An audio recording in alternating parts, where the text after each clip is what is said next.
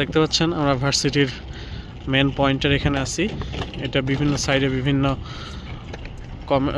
ভার্সিটির ডিভিশন চলে গেছে, যেমন ওয়েস্ট ক্যাম্পাস, নর্থ ক্যাম্পাস।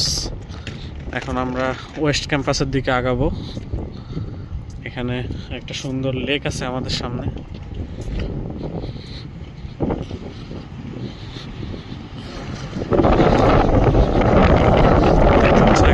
নিয়ে উঠছে লেকের ভিতরে।